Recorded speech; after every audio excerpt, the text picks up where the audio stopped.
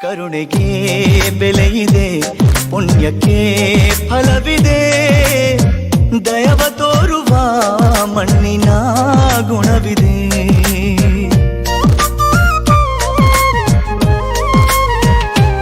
ಸಾವಿನ ಸುಳಿಯಲಿ ಸಿಲುಕಿದ ಜೀವಕ್ಕೆ ಜೀವ ನೀಡುವ ಹೃದಯವೇ ದೈವವೂ ಹರಿಸಿದ ಕೈಗಳು ನಮ್ಮನ್ನು ಬೆಳೆಸುತ್ತಾ ವಿಧಿಯ ಬರಹವಾಗಿ ಮೌನದಲ್ಲೇ ನಮ್ಮನ್ನು ಕಾಯುತ್ತಾ ಪ್ರತಿಫಲ ಬಯಸದೆ ತೋರಿದ ಕರುಣೆಯು ಮೊದಲು ಮನುಜನೆಂಬ ಸಾರ್ಥಕತೆಯ ನೆಮ್ಮದಿ ತರುವುದು, ನೆಮ್ಮದಿ ತರುವುದು.